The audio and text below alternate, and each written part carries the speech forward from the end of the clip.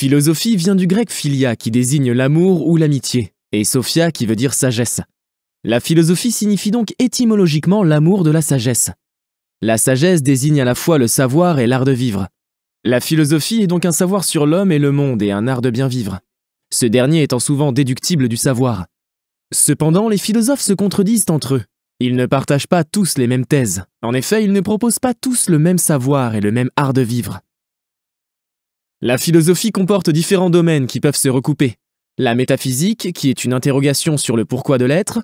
Pourquoi y a-t-il quelque chose plutôt que rien, comme le demandait Leibniz? L'anthropologie, qui est une interrogation sur l'homme. Par exemple, qu'est-ce que l'homme? Est-il libre, etc. L'épistémologie, qui est une interrogation sur les sciences. La philosophie politique, qui se demande ce qu'est une bonne société. La philosophie morale, qui se demande ce qu'est le bien, etc. La spécificité de la philosophie est la suivante. Elle interroge ses objets d'étude au lieu de s'en tenir à les décortiquer. Par exemple, elle se demande ce qu'est la nature et l'histoire au lieu de se contenter d'étudier les phénomènes naturels et historiques. L'étonnement philosophique consiste à se demander pourquoi, et non comment. Non pas comment le réel fonctionne, mais pourquoi le réel est. La philosophie est ainsi une interrogation sur les essences ou définitions ainsi que sur les valeurs et les raisons d'être de l'homme et des choses. Pour philosopher avec rigueur, il est primordial, avant de se poser des questions trop spécifiques, de toujours expliquer précisément ce qu'on entend par les mots qu'on emploie. Être conscient, ce n'est pas simplement vivre, être en éveil, mais aussi savoir qu'on vit et qu'il y a un monde, c'est-à-dire exister. Être conscient d'être conscient, ce qui permet la réflexivité, l'examen de soi. La réflexivité, comme la réflexion dans un miroir, crée un dédoublement entre le moi qui examine, le moi sujet, et le moi examiné, le moi objet. L'introspection permet ainsi au moi sujet de se distancier du moi objet. Être conscient, c'est être dans un rapport de connaissance aux choses, et pas seulement dans un rapport instinctif comme l'animal. En effet, conscience signifie étymologiquement avec savoir. Cum scientia en latin. Je pense, donc je suis. Descartes, discours de la méthode. En effet, pour penser, il faut être. Même si je me trompe sur tout, le fait que je me trompe suppose que je suis. Descartes, méditation métaphysique. Seule la conscience me définit et me confère ma dignité d'être humain, car elle est la seule chose que l'on ne peut pas m'ôter sans supprimer mon être. Ensuite, c'est parce que je pense que je suis et qu'il y a un monde. La réalité du monde suppose mon existence. Je suis la source absolue. Merleau-Ponty, phénoménologie de la perception. Je ne suis pas une chose. La conscience et le monde sont interdépendants. Pas de monde sans conscience, ni de conscience sans monde. Toute conscience est conscience de quelque chose. Husserl, méditation cartésienne. C'est la thèse de la phénoménologie, l'étude de la manière dont les phénomènes, les choses, apparaissent à la conscience, mais aussi l'interrogation sur la source du réel. La conscience vise toujours un objet extérieur à elle. La conscience est donc toujours distincte de l'objet dont elle a conscience. Exister, c'est étymologiquement se tenir hors d'eux, être hors de soi, tourner vers les choses. L'être humain est un rapport aux choses, un rapport qui change en permanence selon les situations et les valeurs que je leur accorde. Une visée du réel, ce que Husserl nomme l'intentionnalité. Je ne choisis pas les structures diverses, corps, milieu social, etc. à travers lesquelles j'ai conscience du monde. Mais à l'intérieur de ces structures, je fais des choix à chaque instant. Mon rapport au monde est à la fois libre et influencé, contraint par des structures. Je ne peux pas sortir de ma conscience pour aller voir à quoi ressemblerait le monde du point de vue d'une autre conscience. La conscience morale, c'est la capacité de distinguer le bien du mal. Il s'agit d'une faculté proprement humaine, Aristote, Éthique à Nicomaque. Les notions de bien et de mal n'existent que pour les êtres humains. La conscience morale émet des jugements de valeur, jugements qui portent sur ce qui devrait être, par opposition aux jugements de fait, qui portent sur ce qui est. Pour les religieux, le bien et le mal sont des absolus qui viennent de Dieu. Pour les essentialistes, ce sont des absolus qui viennent de la nature. Ce qui est dans la nature, c'est ce qui doit être. Enfin, pour les existentialistes, le bien et le mal sont des créations humaines. Le bien, c'est ce que nous désirons. Le mal, c'est ce que nous ne désirons pas. Par exemple, nous ne désirons pas que les autres nous nuisent, donc nous avons défini comme un bien le fait de ne pas nuire à autrui. C'est parce que le bien et le mal n'existent ni en Dieu ni dans la nature que nous devons les inventer. Le bien et le mal sont des concepts qui nous permettent de valoriser ce que nous voulons et de condamner ce que nous ne voulons pas. Kant écrit « Agis comme si la maxime de ton action devait être érigée par ta volonté en loi universelle de la nature. » Autrement dit, agis comme si tout le monde faisait comme toi. Seuls nos désirs universalisables, nos désirs qui devraient être partagés par tous, doivent être transformés en loi. Rousseau, le contrat social. Sur le plan politique, quand ceux qui votent les lois doivent ensuite obéir à ces lois, ils ont intérêt à voter des lois justes, ce qui est un avantage de la démocratie. Percevoir, c'est prendre connaissance du réel par les divers sens de son corps. Ce n'est pas sentir passivement, mais juger ce qu'on sent. Aucune perception n'échappe au jugement de la conscience. Platon, la République, allégorie de la caverne. Nous sommes dans l'illusion car nous prenons les ombres des choses pour les choses elles-mêmes. Sortir de la caverne signifie donc devenir lucide. Lucide venant du latin lux, qui signifie la lumière. Aux 5 sens externes nommés par Aristote, l'on peut ajouter 4 sens internes. La proprioception, situer nos membres, l'équilibrioception, le sens de l'équilibre, la thermoception, le sens des températures, et la nociception, le sens de la douleur. Pour Platon, le réel, c'est les idées et non le réel matériel. À l'inverse, pour Aristote, il n'y a que ce monde dont les idées font partie. L'on croit spontanément percevoir le réel objectif. Nous disons par exemple « cette pierre est rouge ». Pourtant, un daltonien l'apercevra d'une autre couleur. Certains animaux l'apercevront en noir et blanc. Certains insectes ne percevront ni le dur ni le rugueux, etc. Avec une perception différente, nous percevrions un réel différent. Le réel est subjectif, relatif à la perception que nous en avons. Il y a autant de réel que de perception. Le réel en soi ou objectif n'existe pas. Le réel est inconcevable indépendamment d'une perception de ce réel. Être, c'est être perçu ou percevoir. Berkeley. Un objet n'existe que relativement à une perception, réelle ou possible, de cet objet. Le bruit d'un arbre qui tombe n'existe que pour une oreille. La notion de bruit n'a de sens que pour un organe sensoriel qui perçoit le bruit. La perception est un prisme qui suscite et réfracte le réel. Pas de réel sans perception réfractante. Je suis un prisme transcendantal. Celui par qui il se fait qu'il y a un monde, la source de l'être et des valeurs.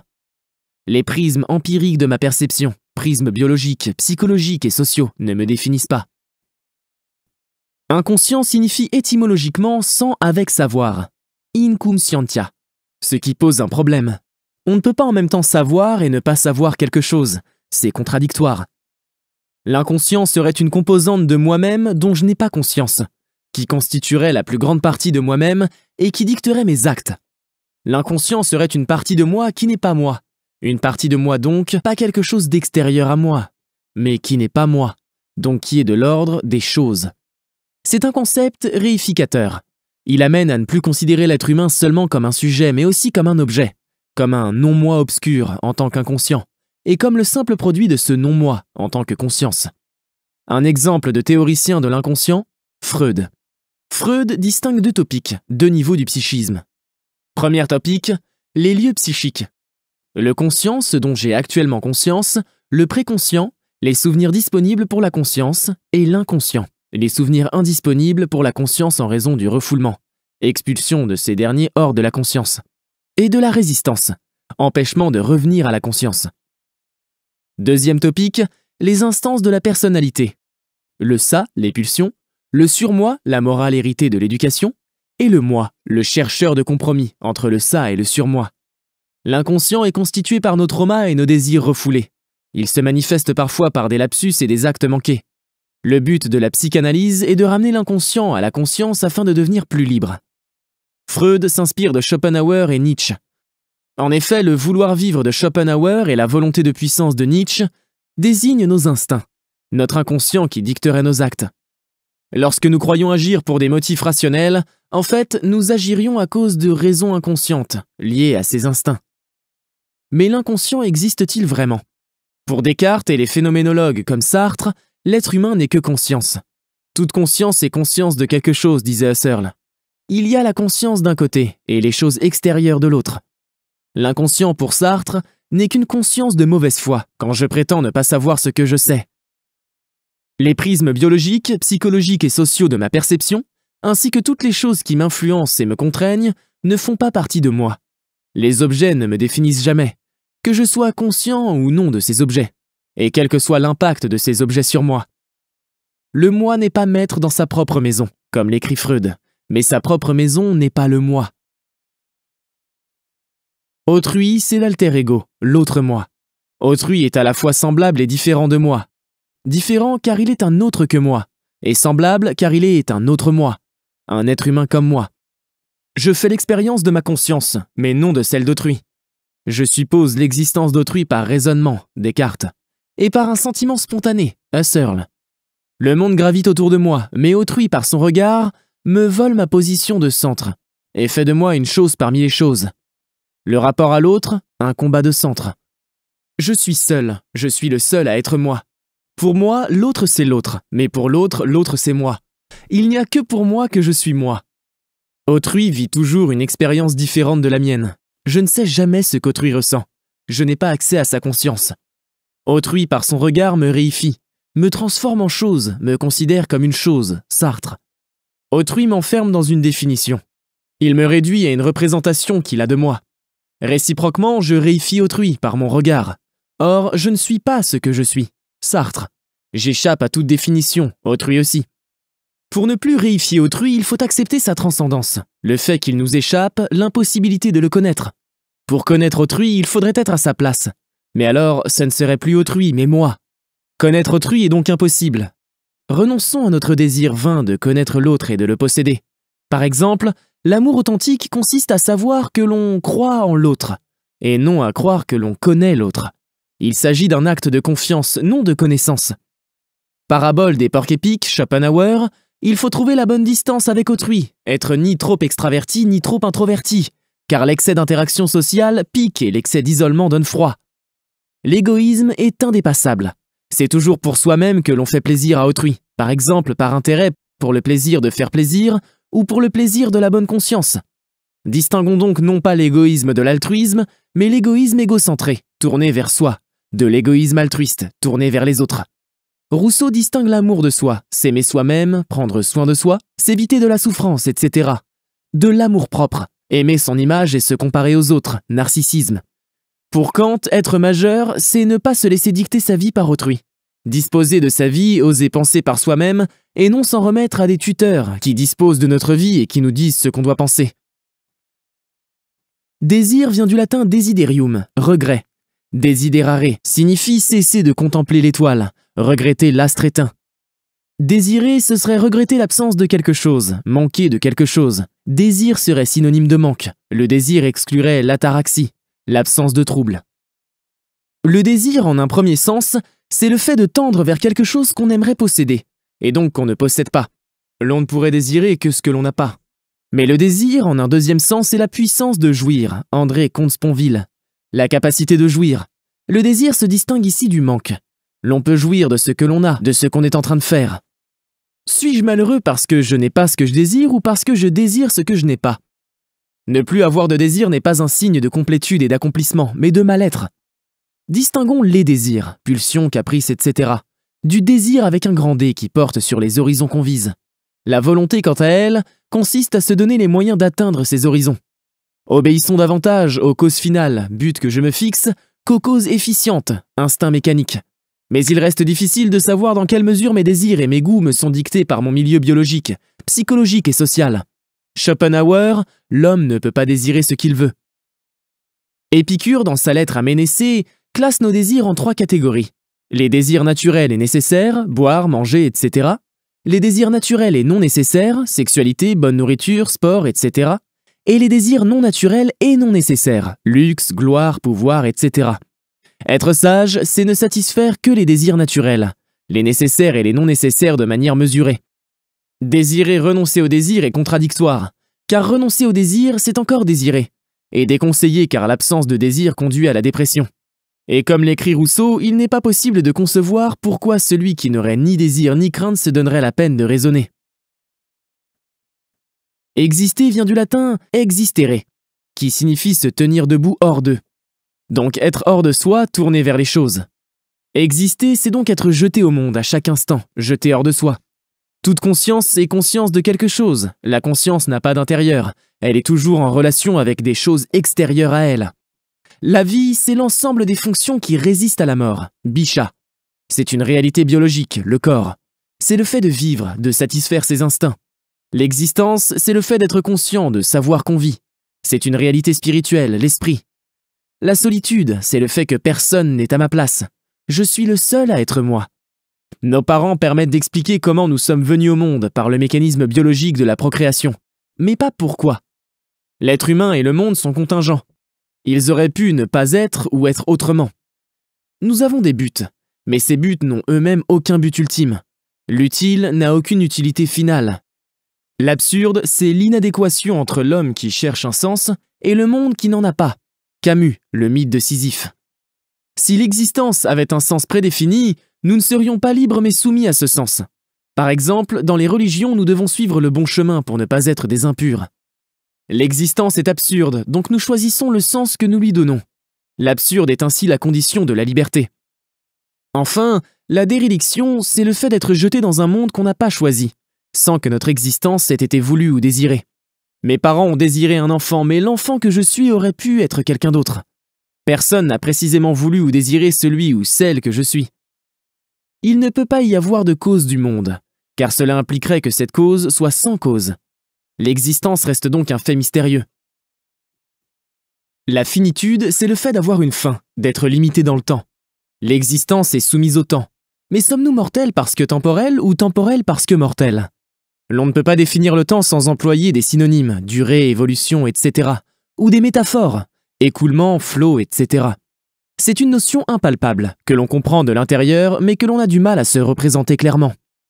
Le temps, c'est le milieu indéfini et homogène dans lequel se situent les êtres et les choses et qui est caractérisé par sa double nature, à la fois continuité et succession. Continuité et succession sont des vagues synonymes de temps. La continuité, c'est ce qui dure, ce qui reste. La succession, c'est ce qui change, ce qui ne reste pas. Toute chose temporelle a un début, un milieu et une fin. Mais le temps lui-même n'a jamais commencé et ne finira jamais. Le temps, c'est donc l'éternité. Le mot temps vient du grec temnein, qui signifie couper. Cela supposerait que le temps est sécable, divisible en instants. Distinguons le temps objectif, divisible, mesurable, indépendant de notre ressenti et relatif, ou non à l'observateur, du temps subjectif, tel que nous le ressentons. Pour Bergson, le vrai temps c'est la durée, c'est-à-dire le temps tel qu'on l'éprouve, non tel qu'on le mesure. Le temps objectif, c'est de l'espace qui devient une image du temps. D'après saint Augustin, il y a 3 temps. Le présent du passé, la mémoire, le présent du présent, l'attention actuelle, et le présent de l'avenir, l'attente. Tâchons de vivre au présent du présent afin d'éviter les passions tristes, portant sur le présent du passé et le présent de l'avenir, Spinoza. Qu'est-ce que l'être humain? Pour les religieux, c'est une créature de Dieu. Pour les matérialistes, c'est un produit de la nature. Pour les existentialistes, c'est un être conscient incréé, qui est au-delà de la nature métaphysique, un sujet toujours distinct des objets. Mes parents m'ont imposé la vie au sens matériel du terme, mais ils ne sont pas mes créateurs. Ma conscience suscite la réalité de la vie biologique et sociale que l'on m'impose. En tant que vivant, je ne suis qu'un produit de mes parents, de mes ancêtres, de la nature et de la société. Mais en tant qu'existant, je suis la source absolue. Or, mes appartenances biologiques et sociales ne me définissent pas. Je ne suis pas une chose, je suis un être humain, c'est-à-dire un rapport aux choses qui ne se confond pas avec les choses elles-mêmes, un sujet et non un objet. Comme le montre Sartre, se croire quelqu'un, c'est être un gros plein d'être, c'est vouloir s'oublier en tant que néant. L'être humain est une conscience. Il y a d'un côté l'esprit humain et de l'autre les choses, par définition non humaines. Je suis conscience de quelque chose, un rapport changeant à des choses toujours extérieures à moi. Distinguons le corps-objet, le corps perçu, du corps-sujet, le corps percevant. Je suis une conscience, c'est-à-dire un corps percevant. D'après l'existentialisme, l'existence précède l'essence. L'homme existe d'abord, il se définit ensuite. Une essence, c'est ce qu'est un être ou une chose, une définition. D'après les essentialistes, nous devons nous conformer à une définition préexistante. Par exemple, pour les machistes, l'essence de la femme est d'être soumise à l'homme. Et pour les féministes différentialistes, c'est l'inverse. À l'inverse, d'après les existentialistes, il n'y a aucune définition à laquelle nous devons nous conformer. Nous choisissons la définition que nous nous donnons. L'être humain est minuscule en tant que vivant, mais immense en tant qu'être pensant. Comme l'écrit Pascal, c'est un roseau pensant. Au sens physique, la liberté est la possibilité matérielle de faire quelque chose. Au sens social et juridique, c'est le fait d'avoir le droit de faire quelque chose. Dans les deux cas, liberté est un synonyme de possibilité, matérielle ou sociale. Au sens philosophique, la liberté est simplement le fait de faire des choix, le libre arbitre, le fait que nos actes, pensées et actions ne soient pas mécaniquement produits par des causes extérieures à nous. Une pierre qui tombe ne choisit pas de tomber, elle tombe à cause de la gravité. Mais quand je fais telle ou telle chose, est-ce que je choisis de la faire, point de vue existentialiste comme celui de Sartre, ou est-ce que je la fais à cause d'autre chose, point de vue déterministe comme celui de Spinoza? Existentialisme, l'homme est un sujet distinct de l'objet. Il est au-delà de la nature, donc libre. Déterminisme, l'homme n'est pas un empire dans un empire, Spinoza. Il n'échappe pas à la causalité, donc il n'est pas libre. Admettons la première hypothèse, selon laquelle je suis condamné à être libre, pour citer Sartre. Tant que je suis conscient, je fais des choix à chaque instant. Je ne peux pas ne pas choisir. Être libre, c'est simplement faire des choix, ne pas être une chose. Mais la liberté n'exclut ni l'ignorance, ni la contrainte, ni l'impuissance, ni le fait d'être influencé consciemment ou non par des réalités extérieures à nous, etc. Donc nous ne sommes pas nécessairement responsables de nos actes, ce que le droit reconnaît avec la notion de circonstance atténuante. Être conscient, c'est susciter un réel qui nous dépasse. Le connu n'est que le sommet de l'iceberg du réel. La réalité est l'infime portion du réel dont j'ai conscience. Tout est connaissable en droit par la raison, mais de fait, le réel étant infini, nous ne pourrons jamais tout connaître. Toujours une face cachée du cube. Je peux subir des effets sans connaître les causes de ces effets. Par exemple, je peux avoir peur sans savoir pourquoi. Je suis responsable de mes actes dans le sens où j'en suis l'auteur. Ce n'est pas une force obscure qui choisit à travers moi, mais pas dans le sens moral.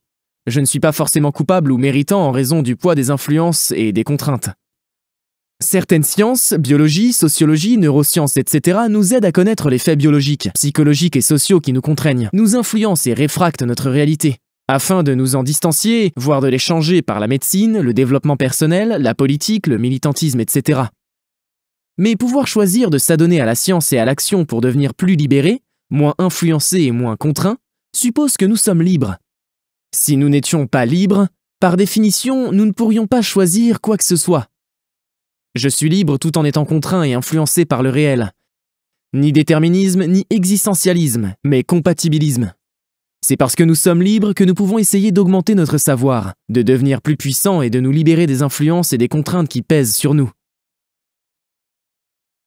Le devoir, c'est ce que je dois faire et surtout ce que je ne dois pas faire, selon tel ou tel critère que l'on choisit. Par opposition au devoir souvent arbitraire de la vie sociale, le devoir moral s'impose à moi de l'intérieur. Le devoir moral n'est pas une contrainte, une pression extérieure, mais une obligation, une pression intérieure. L'obligation est ce qui me lie aux autres. Sans devoir moral, la vie en société est impossible. C'est la guerre de tous contre tous. L'être humain est un être digne, quelles que soient ses appartenances biologiques ou sociales. Digne signifie qu'il mérite d'être respecté. La dignité est inséparable de l'humanité. Il est donc légitime de condamner les actes bafouant la dignité humaine. Mais si l'on ne s'utilisait pas les uns les autres, la vie en société serait impossible. Kant propose un clair-obscur.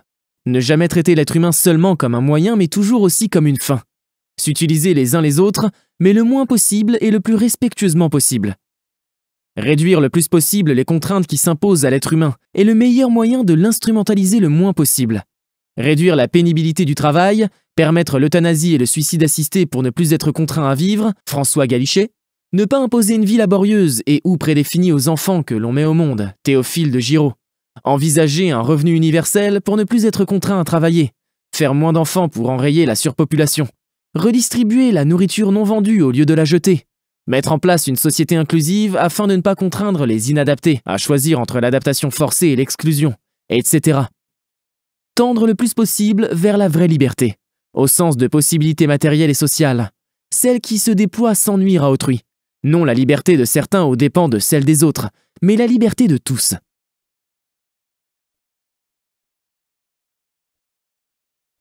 Culture vient du latin cultura, le travail de la terre, l'agriculture. La culture est une transformation de la nature. La culture, au sens large, désigne tout ce qui est produit ou transformé par l'humanité. Au sens plus strict, elle désigne le développement des facultés intellectuelles, se cultiver. L'adjectif intellectuel qualifie tout ce qui sollicite l'intellect. En ce sens, les arts, les sports et les travaux manuels ont aussi une dimension intellectuelle. Cultiver un champ, c'est transformer la nature hors de soi. Se cultiver, c'est transformer sa nature. Ne plus satisfaire ses instincts comme un animal. L'être humain n'a pas des instincts mais des pulsions. c'est-à-dire des instincts dont il a conscience. La conscience juge toujours le réel. Une pulsion est un instinct jugé, appréhendé à travers un prisme culturel. Ainsi, chez l'homme, tout a une dimension culturelle. Seul l'être humain est moral ou immoral, l'animal est amoral, innocent. Il n'est qu'une marionnette de l'instinct. Distinguons la culture au singulier, tout ce qui est produit par l'homme, des cultures au pluriel, les éléments culturels qui différencient un groupe humain d'un autre. La culture nous rassemble en manifestant notre appartenance universelle à l'humanité, tandis que les cultures nous séparent, en divisant l'humanité en communautés différentes. Platon, Protagoras, le mythe de Prométhée et d'Épiméthée est une allégorie des origines de la culture. Épiméthée, en nous créant, a oublié de nous rendre physiquement aptes à survivre dans la nature. Prométhée nous donne l'intelligence pour compenser notre extrême fragilité. C'est donc par faiblesse que nous avons dû inventer la culture pour survivre. Enfin, l'être humain a une nature, mais il n'est pas sa nature. Il n'y a donc pas de nature humaine. Le langage est un système de signes qui permet de désigner la réalité, de concevoir et d'énoncer nos pensées. Ces sons et ces mots n'ont de sens que les uns par rapport aux autres. 3 spécificités. 1. Il n'est pas constitué de signaux, éléments mécaniquement produits ou provoquant une réaction mécanique, mais de signes, éléments produits intentionnellement et sollicitant l'interprétation. 2. Double articulation, André Martinet. À partir d'un nombre fini de sons, l'on peut produire un nombre infini de mots et de phrases. 3. Capacité d'abstraction, pouvoir ranger des objets divers dans le même concept. Le langage a 6 fonctions, Roman Jacobson. Fonction référentielle, quand on veut qu'on s'intéresse au contenu. Fonction expressive, exprimer ses émotions. Fonction fatigue, établir ou maintenir le contact. Le contenu en lui-même n'a aucune importance. Fonction conative, modifier le comportement de son interlocuteur, par exemple en lui donnant des ordres. Fonction poétique, jouer avec les sonorités des lettres et des mots. Et fonction métalinguistique, le langage sert à réfléchir sur lui-même, par exemple sur le sens d'un mot. Il n'y a pas de pensée sans mots, d'après Hegel. Chercher ses mots, c'est aussi chercher ses idées. Pour Hegel, l'ineffable, que l'on ne parvient pas à exprimer, est le degré le plus bas de la pensée, tandis que pour Bergson, c'est un degré supérieur que l'on atteint par l'art. Pour Bergson, le langage ordinaire est composé de généralités qui nous font oublier la singularité des choses et des expériences. Par exemple, parler de la tristesse en général nous fait oublier que chaque tristesse est singulière. C'est donc à l'art de dévoiler la singularité de chaque chose et de chaque expérience. Le langage permet de transformer l'inconnu en connu afin d'avoir plus de prise sur le réel. Par exemple, mettre des mots, M-O-T-S, sur des mots, M-A-U-X. Enrichir son vocabulaire, c'est enrichir son monde. D'après le structuralisme, l'homme, comme le mot, ne choisit ni la définition qu'il se donne, ni sa place parmi les autres. Mais si l'homme n'était pas libre, comment pourrait-il choisir de devenir plus lucide ? Ars, en latin, est l'équivalent de techné, en grec. Chacun de ces 2 termes signifie à la fois art et technique, un ensemble de moyens employés en vue d'un but. En un sens plus restreint, il s'agit de moyens utilisés en vue de la production d'objets, objets utilitaires ou œuvres d'art. Dans le sens le plus rigoureux des termes, l'on distingue la technique de l'art. La technique vise l'utilité, tandis que l'art vise un effet esthétique, comme par exemple la beauté, mais pas nécessairement. Esthétique vient du grec aesthesis, la sensibilité. Un effet esthétique est ainsi un effet sur notre sensibilité, une émotion ou un sentiment. Adorno et Horkheimer, la raison instrumentale désigne la réflexion sur les moyens. La raison objective désigne la réflexion sur les buts à atteindre. D'après Heidegger, la technique conduit à l'oubli de l'être, l'oubli de la question pourquoi y a-t-il quelque chose plutôt que rien, et à un rapport au monde trop instrumentaliste. A l'inverse, le poète et l'artiste, en nous invitant à contempler le réel sans visée utilitaire, nous ramènent à l'étonnement philosophique et nous empêchent de réduire le monde à un simple stock de ressources à exploiter. De même, les problèmes écologiques actuels témoignent des dangers de la technique. L'écologisme fondamentaliste est une pensée technophobe qui prône un retour en arrière. L'écologisme réformiste invite à poursuivre le progrès technique, mais en le réformant, en le rendant inoffensif ou moins néfaste pour l'environnement. L'être humain, originellement faible, a utilisé la technique pour survivre dans une nature inhospitalière. Condamner moralement la technique, c'est oublier la condition humaine. Contre les problèmes environnementaux et l'oubli de l'être, l'on peut soumettre la raison instrumentale à la raison objective, soumettre les moyens au but, et non définir la productivité comme un but en soi. D'abord se fixer des horizons et des impératifs éthiques, et seulement ensuite mettre en œuvre des moyens pour atteindre ces horizons en respectant nos impératifs éthiques. En un sens rigoureux est esthétique ce qui affecte la sensibilité lorsque nous ne sommes plus acteurs mais spectateurs du réel. L'art nous arrache un instant à la tyrannie du vouloir vivre, instinct et besoin, en nous rendant spectateurs de celui-ci. Or, être spectateur, c'est être distant. Tout objet devient un objet d'art quand il est contemplé. En contemplant la nature, je lui donne un but esthétique qu'elle n'a pas en soi. Ce n'est pas parce qu'une chose est belle que nous la désirons, mais c'est parce que nous la désirons qu'elle est belle. Spinoza. L'art permet de sublimer des pulsions que la société nous interdit de réaliser. Freud. L'art exprime l'intériorité. Hegel. L'art révèle les 1000 nuances du réel que le regard utilitaire ne voit pas. Bergson.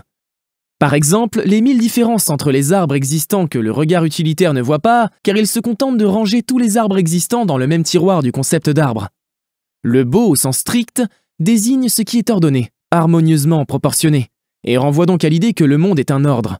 Pour Kant, le beau est ce qui plaît universellement, en renvoyant à de grandes idées universelles, mais sans concept, car l'on ne peut pas démontrer pourquoi. Mais au vu des différences de goût, échappe-t-on au subjectivisme ? Le sublime désigne ce qui est chaotique, démesuré. Il renvoie donc à l'idée que le monde est un chaos infini. Le comique ou sublime inversé, Richter, nous fait éprouver l'infini d'en haut, en nous faisant rire de la petitesse de l'humain par rapport à l'infini, et non d'en bas, comme le sublime qui nous fait considérer l'infini par rapport à notre petitesse. Travail vient du latin tripalium, un objet formé de 3 pieux. Il s'agit d'un instrument pour attacher les animaux fougueux, ou d'un instrument de torture. Le travail domestique fait souffrir l'être humain, il entre en conflit avec la liberté et avec le bonheur. Il constitue la meilleure des polices, Nietzsche. Entrave le développement de la raison, empêche la rêverie. Il est un divertissement au sens de Pascal, il détourne des grandes questions existentielles.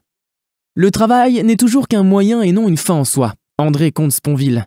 Il n'est donc pas une valeur morale. Certes, le travail transforme la nature, discipline les désirs, produit et ou entretient ce dont nous avons besoin, développe nos facultés proprement humaines.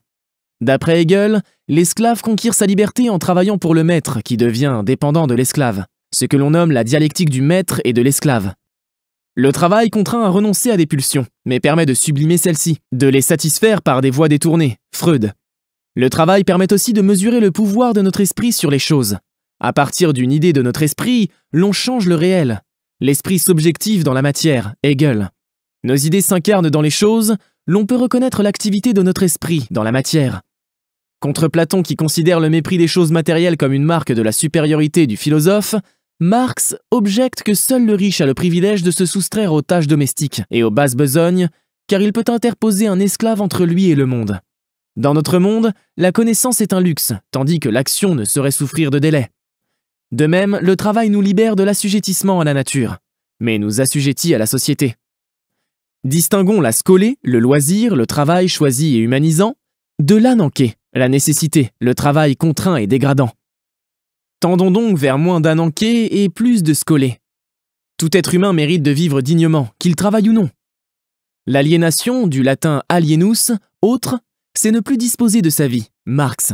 Le prolétaire, le travailleur, ne discerne plus la marque de son esprit dans son travail. Il est comme dépossédé de son humanité, réifié, considéré comme une force productive, privé de l'exercice de ses facultés humaines diverses, art, philosophie, contemplation, etc.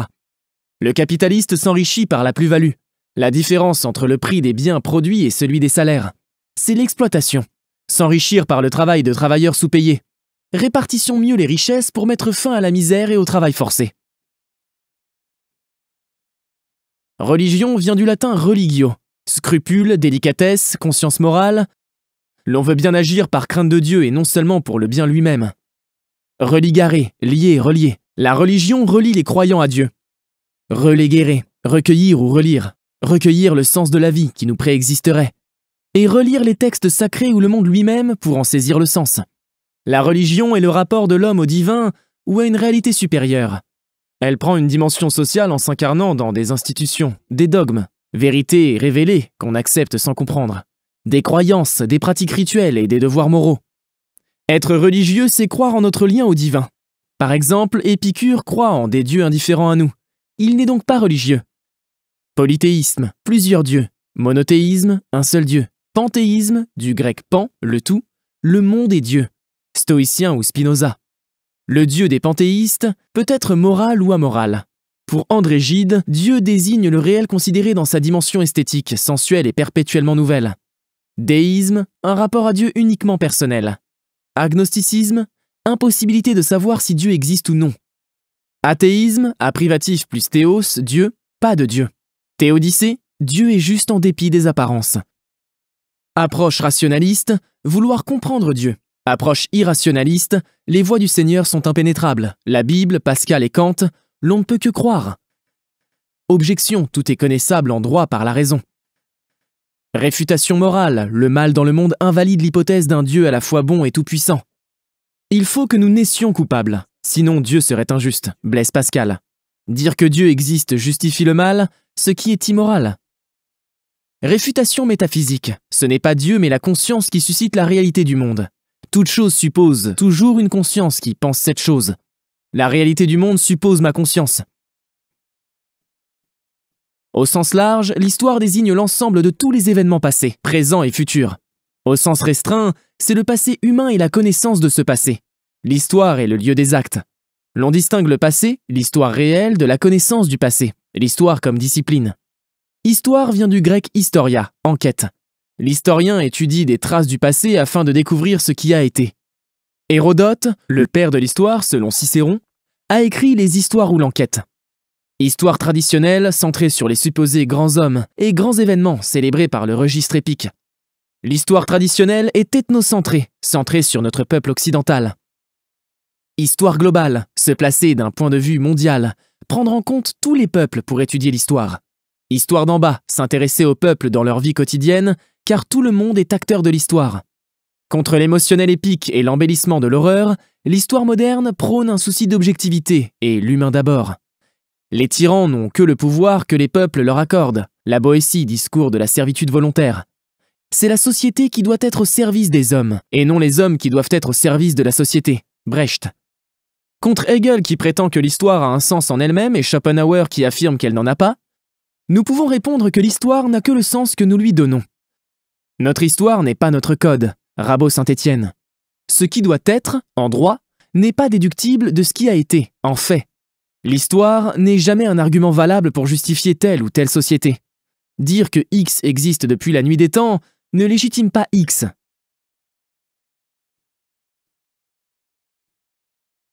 Raison vient du latin ratio, calcul. Au sens restreint, c'est la faculté de calculer, d'enchaîner des idées de façon cohérente, la logique, de distinguer le vrai du faux, la raison théorique, ou le bien du mal, la raison pratique. Au sens élargi, c'est la faculté de juger, énoncer des jugements de valeur portant sur ce qui devrait être, mais aussi des jugements ontologiques portant sur ce qui est. Tant que je suis conscient, je juge le réel à chaque instant. Je suis une raison en acte. La raison élargie inclut l'imagination, la folie, les sentiments, les émotions et les passions. Passion vient du latin patior, souffrir, subir. Pour Kant, l'entendement est le jugement du réel perceptible, tandis que la raison est le jugement d'idées. Ainsi, l'entendement reste les pieds sur terre, tandis que la raison peut facilement délirer. Par exemple, l'entendement juge le mur qui est devant moi, tandis que la raison juge Dieu ou les fantômes. Rationnel signifie logique, pour l'enchaînement des idées, ou explicable par la raison, pour le réel. Et raisonnable, ce qui est bien selon tel ou tel critère. Le réel est rationnel, mais pas raisonnable. Tout savoir est aussi une croyance. Toute démonstration repose sur des hypothèses non démontrées. L'analyse explique le tout par les parties, l'inverse de la synthèse. Pas d'analyse définitive en raison de l'infiniment petit. Toute partie se divise toujours en plusieurs parties. Donc il faudrait analyser les parties des parties, puis les parties des parties des parties, etc. Ça ne s'arrête jamais. Comme le montre Pascal, les mots complexes se définissent par des mots plus simples. Mais les mots les plus simples sont indéfinissables, car il faudrait alors définir le simple par le moins simple. Méthodos, en grec, signifie recherche ou poursuite d'un chemin. Une méthode est un chemin à suivre, odos, pour parvenir à quelque chose au-delà du chemin, méta. Les sciences sont des savoirs ou des méthodes de savoir portant sur différents aspects du réel. Tandis que la science traditionnelle se contentait de raisonnement, la science moderne exige de passer les théories au crible de l'expérience. Un énoncé scientifique doit être falsifiable, Karl Popper, être potentiellement réfutable par l'observation. Il doit donc porter sur une réalité perceptible. Un énoncé scientifique ne peut jamais être définitivement vérifié. Pas de science définitive ni de savoir absolu possible. Théorie vient du grec théion orao. Je vois le divin. Les anciens pensaient que le monde était un ordre divin, cosmos à contempler. Expérience vient du latin experiri, éprouver. Periri, tenter. Periculum, épreuve, risque, danger. Une théorie est un ensemble d'idées qui vise à expliquer des phénomènes matériels ou à comprendre des phénomènes humains. Expliquer, c'est établir un lien mécanique entre une cause et un effet. Comprendre, c'est chercher à saisir l'intériorité humaine, par définition inaccessible, en cherchant le sens d'actes humains. L'on explique la nature, l'on comprend l'être humain. Delphi. L'expérience, c'est l'épreuve du réel, ou le savoir acquis par cette épreuve. Théorie hypothético-déductive, déduite d'hypothèses. Théorie inductive ou expérimentale, induite d'observations menées à partir d'hypothèses préalables. Expérimentation, formuler des hypothèses et observer si l'expérience ne les réfute pas. Déduire, conclure une vérité particulière d'une loi générale. Tous les hommes sont mortels, donc Pierre est mortel. Induire, conclure une loi générale à partir d'observations particulières. Les hommes meurent, donc l'homme est mortel. La déduction ne prouve rien, car elle ne s'appuie pas sur l'expérience. L'induction non plus, car elle ne fait que supposer que ce qui vaut pour les cas observés vaut pour tous les cas existants. Contre Hume, Kant affirme que les lois scientifiques sont fiables, car elles sont dans notre esprit et non dans les choses. Nous n'avons qu'à bien les appliquer. L'expérimentation suppose une interaction entre la théorie et l'expérience. Proposer des théories opératoires que l'on peut mettre en pratique, soumettre au test de l'expérience, et mener des expériences à partir de théories préalablement définies. Rien n'est donné, tout est construit. Bachelard. Toute vision scientifique du monde est une construction humaine relative à l'esprit humain. Avec un autre esprit, nous percevrions un autre monde. Démonstration vient du latin demonstratio, action de montrer. Démontrer, c'est montrer la vérité d'un jugement par un raisonnement. Deux critères. La cohérence, le bon enchaînement des idées selon les règles de la logique. La vérité, la conformité au réel. Le syllogisme, tout A et B, prémisse majeure. Or, C et A, prémisse mineure. Donc C et B, conclusion. Exemple, tous les hommes sont mortels. Or, Pierre est un homme. Donc Pierre est mortel. La conclusion est déjà contenue dans les prémices. Donc le syllogisme n'apprend rien. Kant, l'existence d'une chose ne se déduit pas, mais se saisit par intuition, perception. L'idée d'une chose n'implique jamais son existence. Toute démonstration repose sur de l'indémontré, les hypothèses, et de l'indémontrable, les axiomes ou premiers principes de la logique. Aristote, les deux grands axiomes de la logique, principe de non-contradiction, ne pas affirmer et nier la même chose. Principe du tiers exclu, entre deux énoncés contradictoires, l'un est vrai et l'autre est faux. L'explication cherche des causes, le comment. L'interprétation cherche un sens, le pourquoi. Tout sens suppose une conscience qui a donné ce sens. Il n'est d'interprétation que de phénomènes humains. Une pensée sur l'intériorité d'un être humain, par exemple à partir de l'interprétation de symptômes, n'est jamais un savoir, mais toujours une supposition, car je ne suis jamais à la place de l'autre. La conscience est inconnaissable. Nietzsche, le gai savoir, paragraphe 374, l'infini des interprétations. Tout point de vue est toujours critiquable par un autre point de vue. Scepticisme anthropologique. Je ne peux rien savoir concernant les humains qui m'entourent car leur conscience m'est inaccessible. Je ne peux qu'interpréter. Enfin, c'est moi qui choisis les premiers principes à partir desquels je veux fonder l'éthique. L'éthique est toujours un point de vue, jamais une vérité objective. L'homme n'est pas seulement un vivant, un être en train de vivre, mais aussi un existant, car il sait qu'il vit. Exister implique de juger ses instincts et de choisir la manière dont on les satisfait. Ils deviennent ainsi des pulsions et prennent une couleur culturelle. Tous nos instincts vont dans le sens de notre survie et de celle de notre espèce. Le vouloir vivre désigne l'ensemble des instincts qui s'imposent à nous, mais que nous pouvons réprimer ou sublimer, satisfaire par une voie détournée. D'après le finalisme, les choses naturelles ne seraient pas le fruit de causes efficientes, mécanismes aveugles et sans conscience, mais de causes finales, but choisi par un être conscient. Par exemple, dire que l'œil est fait pour voir, c'est finaliste. Si les choses naturelles sont là par hasard, par le concours de causes mécaniques et aveugles sans l'intervention d'une quelconque volonté, alors on ne peut pas dire qu'elles sont faites pour quelque chose.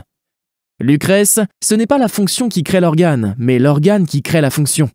D'après Kant, le vivant s'organise et se répare tout seul, tandis que la machine a besoin d'un agent extérieur pour être organisée et réparée. Pour les matérialistes, nos désirs, que nous ne choisissons pas, sont les causes efficientes de nos actes. Pour Sartre, à l'inverse, seules les causes finales rendent compte de nos actes. Le but à venir que nous nous fixons éclaire toujours notre action présente. Troisième voie, ce sont bien nos buts qui orientent nos actions. Mais nous pouvons être contraints ou influencés, parfois à notre insu, par des causes efficientes. Distinguons ainsi ce qui relève des causes finales, les horizons qu'on se fixe, de ce qui relève des causes efficientes, la contrainte ou l'influence de nos instincts. Matière vient du latin materia, bois, matériau. C'est comme le matériau de construction du réel. Esprit vient du latin spiritus, souffle, vent. Parallèlement, âme vient du latin anima, souffle, respiration. C'est comme un souffle qui anime la matière et qui lui donne vie. Matière et esprit ne se posent qu'en s'opposant l'un à l'autre. La matière désigne les choses, par définition en dehors de l'esprit. L'esprit désigne le rapport aux choses, par définition non matérielle. Kant, le seul moyen de savoir que quelque chose existe, c'est de le percevoir. Or, l'esprit d'autrui n'est pas perceptible. Je ne peux donc pas être certain qu'autrui existe. La matière, c'est l'avoir. L'esprit, c'est l'être. Toute conscience est conscience de quelque chose. Tout esprit est toujours un rapport à des choses matérielles. D'après Kant, les phénomènes sont les choses telles qu'elles nous apparaissent. Les choses en soi sont les choses telles qu'elles sont. Les choses en soi sont inaccessibles, car je n'ai accès au réel qu'à travers ma perception. De plus, vu qu'il n'y a de réel que pour une perception, les choses en soi n'existent pas. D'après le monisme, du grec monos, seul, la réalité est composée d'un seul type de substance. La réalité est une, d'un seul ordre. Matérialisme, l'esprit est matériel, un produit de la matière. Idéalisme, la matière n'est qu'une idée de l'esprit, Berkeley. Thèse solipsiste, seule ma conscience existe. D'après le dualisme, du latin dualis, deux, la réalité est duelle, composée de deux types de substances, divisées en deux ordres, la matière et l'esprit. La phénoménologie constitue une synthèse entre le matérialisme et l'idéalisme en montrant que l'esprit et la matière sont interdépendants. Il n'y a pas de matière sans esprit, ni d'esprit sans matière. La vérité homoiosis est l'adéquation entre le réel et le jugement que je porte sur lui. Elle est subjective, relative à la subjectivité humaine. Quand je dis le mur est bleu, mon jugement est vrai s'il correspond bien à la réalité. Cependant, le mur et le bleu n'existent pas en soi, mais seulement pour une perception. Les jugements de valeur relèvent du désir. La vérité homoiosis obéit aussi aux lois de la logique. Exemple, ce cercle est carré, contradictoire, donc faux. La vérité aletheia est le dévoilement de la question de l'être. Quand on prend conscience que le fait qu'il y ait un monde et que nous existions ne va pas de soi, mais pose question, aletheia en grec signifie non voilé. La vérité aletheia désigne la révélation du mystère de l'être. Pas de réponse à la question pourquoi y a-t-il quelque chose plutôt que rien. Contingence, l'homme et le monde auraient pu ne pas être ou être autrement. Je suis la vérité, Michel Henry. Je suis la source absolue et le lieu de l'étonnement philosophique. Heidegger distingue les étangs, les choses en train d'être, de l'être, le fait qu'il y ait des étangs, le il y a. Les étangs peuvent tous être des objets de science, mais pas l'être, car tout objet de science le suppose. Comme l'écrit Wittgenstein, ce qui est mystique, ce n'est pas comment est le monde, mais le fait qu'il est. Tout est explicable dans le monde, mais le fait qu'il y ait un monde et que nous existions n'est pas explicable. La vérité peut aussi désigner la condition humaine. D'après Pascal, le divertissement, du latin diverto, se détourner d'eux, consiste à s'agiter dans le but, avoué ou non, de s'oublier soi-même en tant que néant, et de se détourner de la pensée de la condition humaine. Toute activité peut être un divertissement. Se confronter à la condition humaine nous invite à améliorer celle-ci.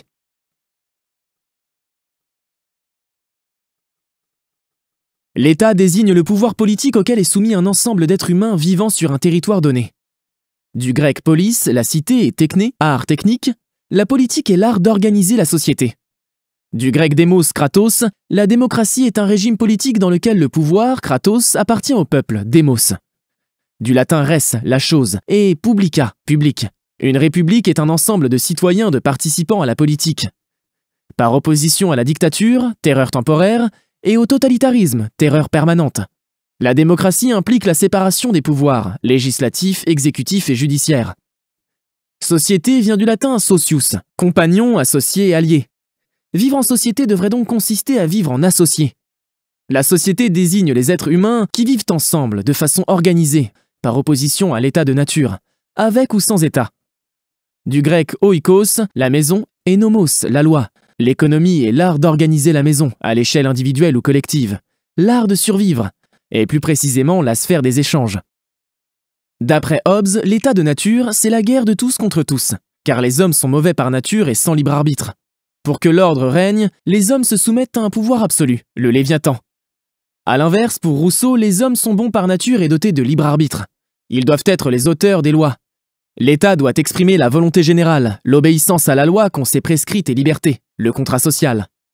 Pour Sartre, l'homme a une nature, mais il n'est pas sa nature, donc l'homme n'est ni bon ni mauvais par nature.